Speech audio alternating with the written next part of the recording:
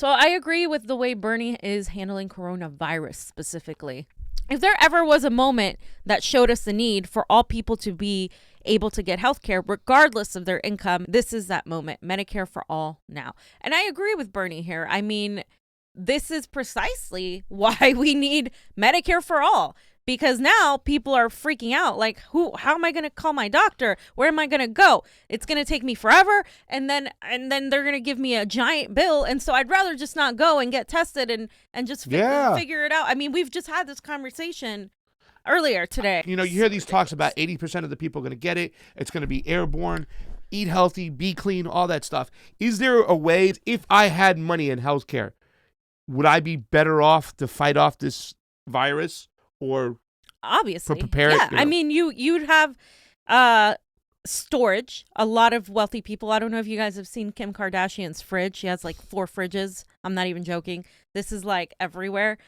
She has a fridge for her juices, another fridge for her stuff. I mean, they are better equipped as far as having supplies. The problem they would run into in a situation like this is once the poor people run out, the poor people go after the rich. So you can build your barricades and you can build your bunkers, but people, we're going to come after you. Dude. And we're hungry. Now, we're like, I mean, this is it. You want the zombie apocalypse? This is it. You need me.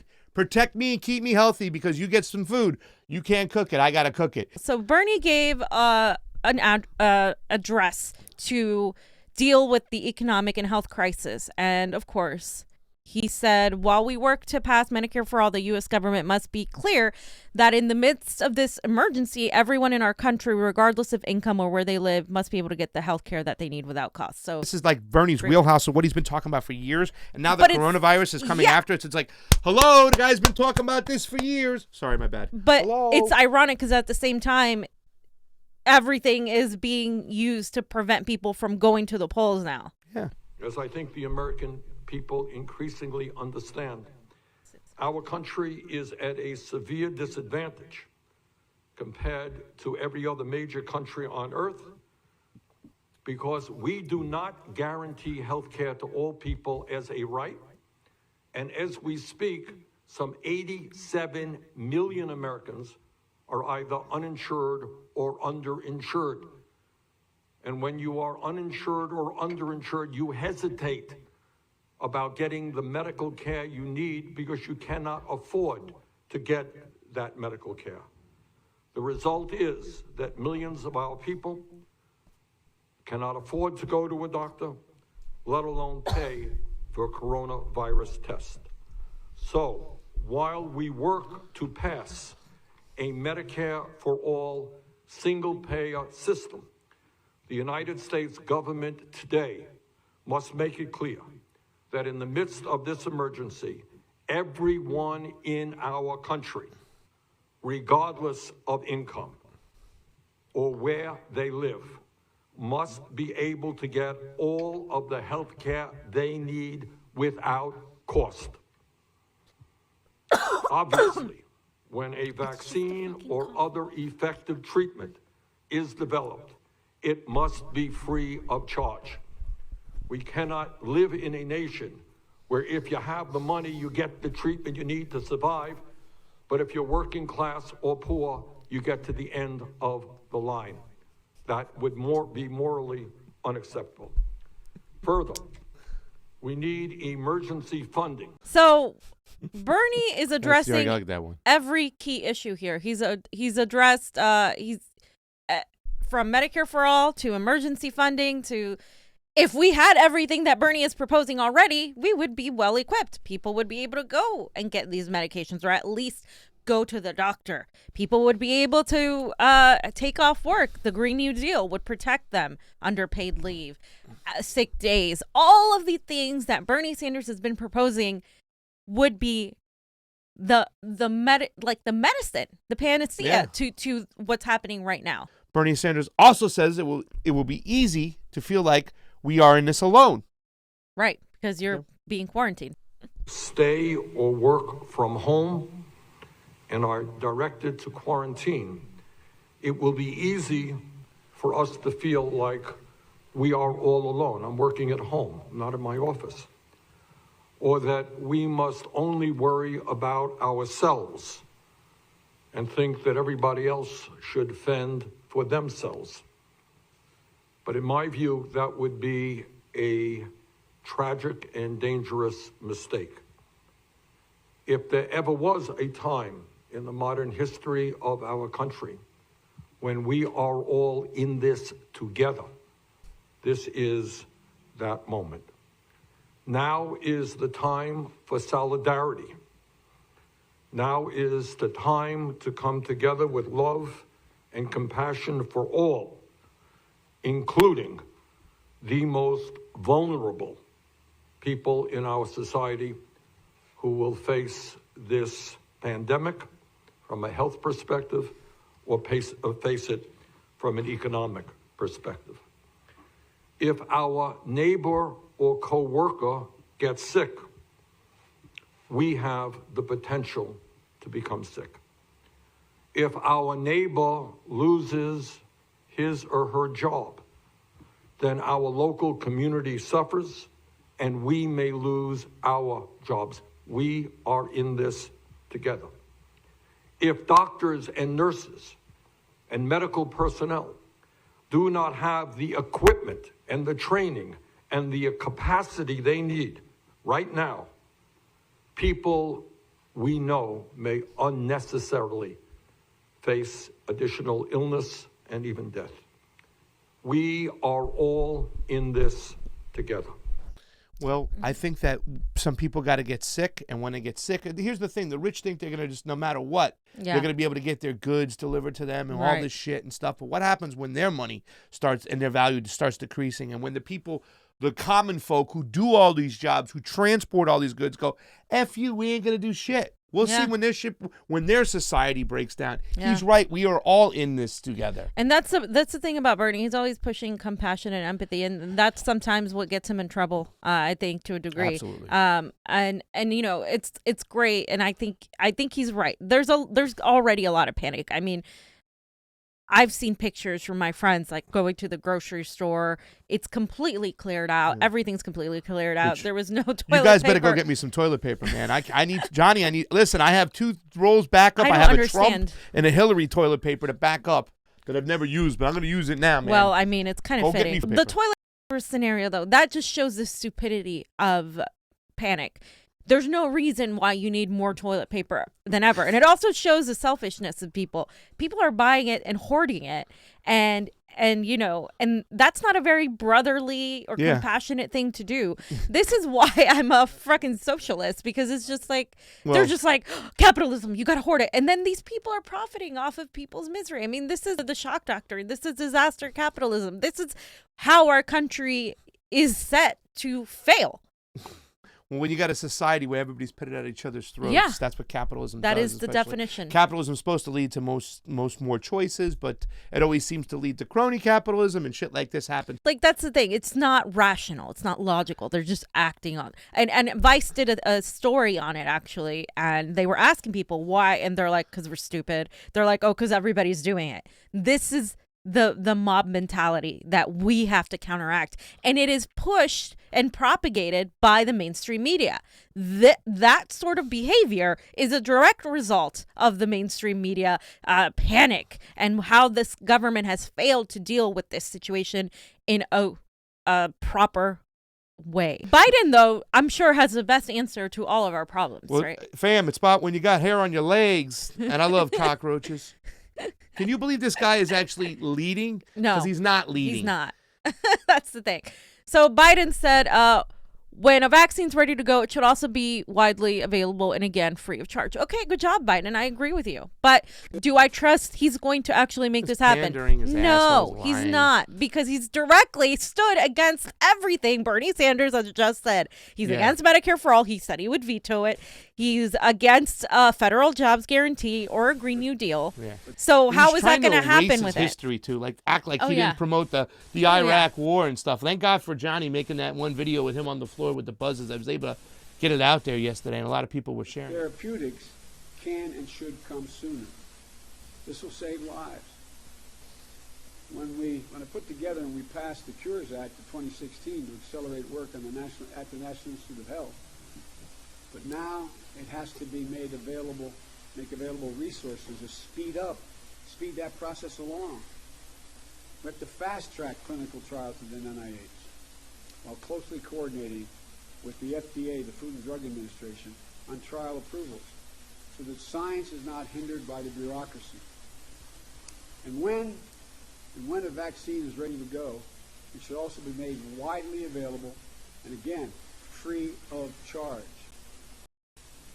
So let me just point out a difference between Bernie and Biden. Bernie is actually saying we need, to give people packages. We need people to have unemployment benefits. We need to address the gig economy workers. We need to do this. He's giving actual tangible solutions to what's happening.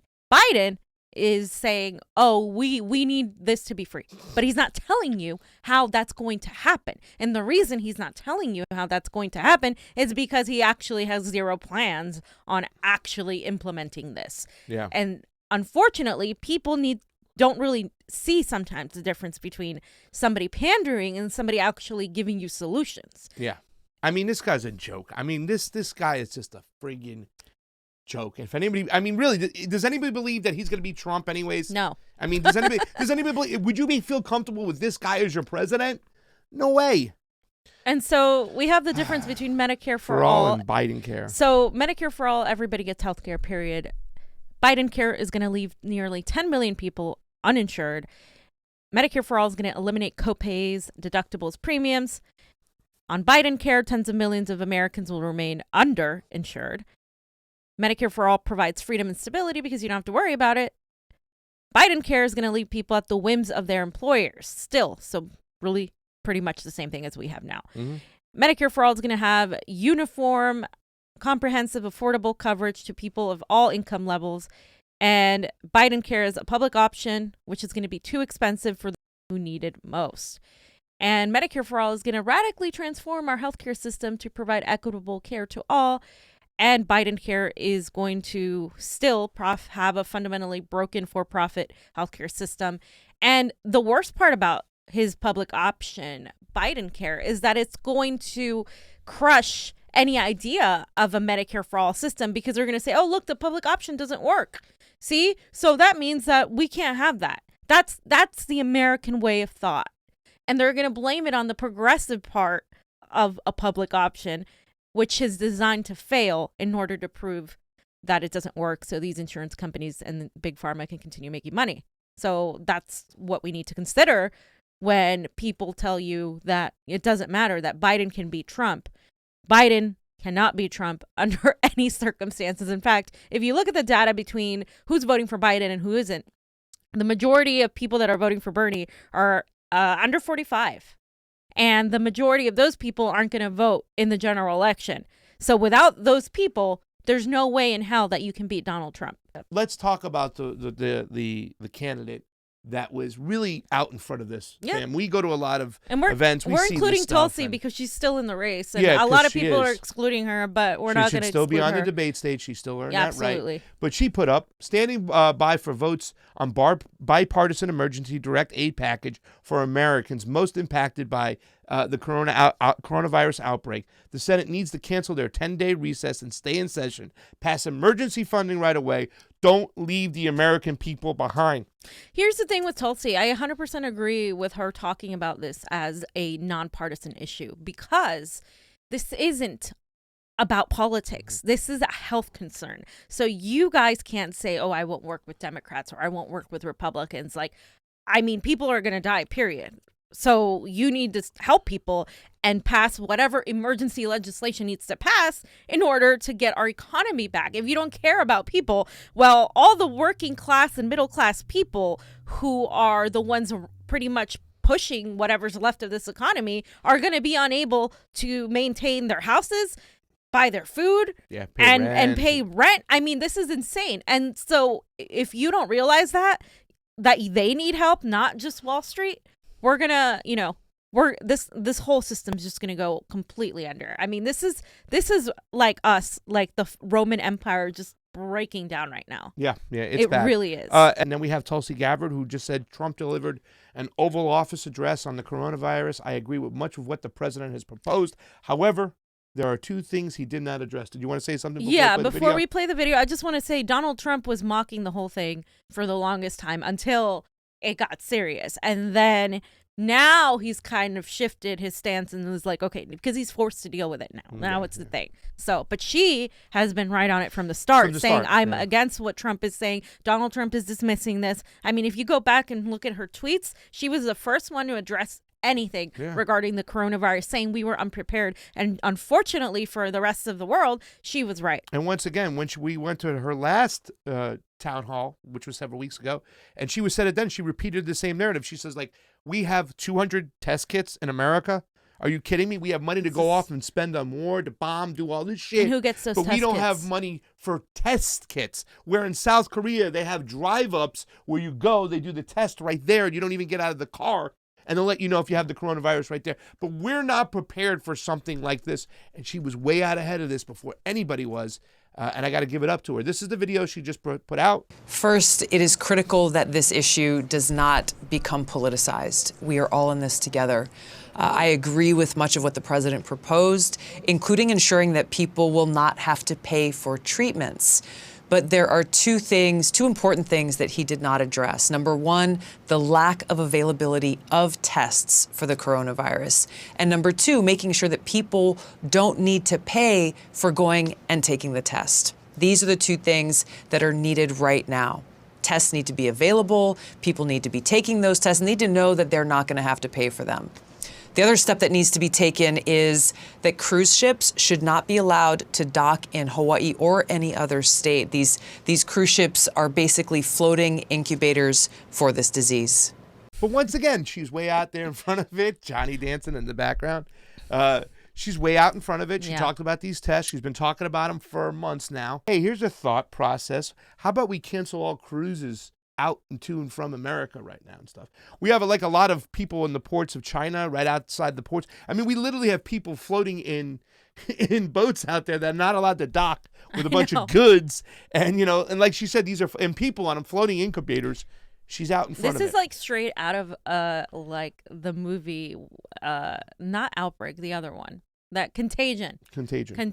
Yeah. But this is crazy. There are people that don't want her to be president and stuff like that. Bernie Sanders is not the only one who's getting his vote suppressed. She's getting her vote suppressed and stuff like that. She's acting presidential AF when it comes to this shit. She was out ahead in front of everybody. You're going to tell me that's not winning people over, what she's been saying about this? Yeah, she's just being blacklisted. That's the thing. I mean, I don't mind her being in the race. I mean, I think it's actually better for Bernie to have somebody there like her against Joe Biden. I mean, whatever happens. I mean, I think she said she's going to support the nominee. So has Sanders, way too much, by the way. But let's get to Tulsi Gabbard over here, because once again, here she is.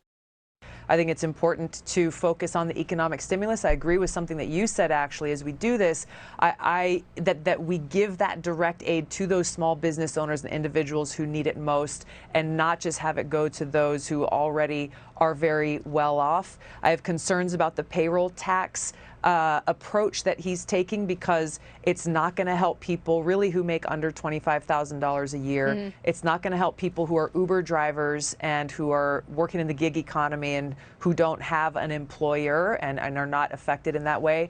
I think that it would be a more direct approach to take an emergency, put an emergency aid package together to provide a direct payment of a UBI to every single American in this time of crisis, given how broad the impact will be. Boom. Give it right directly to the people. Yeah, absolutely. Directly to the people. And she said the words UBI, which even Bernie hasn't said, but both of them have addressed the gig economy. This is important. The gig economy is a huge part of America. That includes your Uber, your Lyft drivers, your Postmates, your waitresses, bartenders, servers.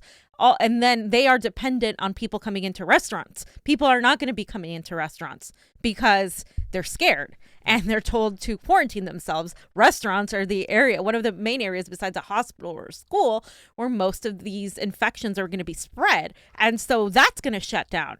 And so the economy is dependent upon these small businesses and businesses pretty much working. And so when that shuts down, you're essentially shutting down the entire economy. And the only two people I've seen address the gig economy are Bernie Sanders and Tulsi Gabbard. And honestly, like, having a direct stimulus package directly to the people in a UBI form is exactly what we need, so people pay their rent, so people survive while this thing pretty much runs its course. Because the reality is, in Wuhan, they have actually started picking their businesses back up.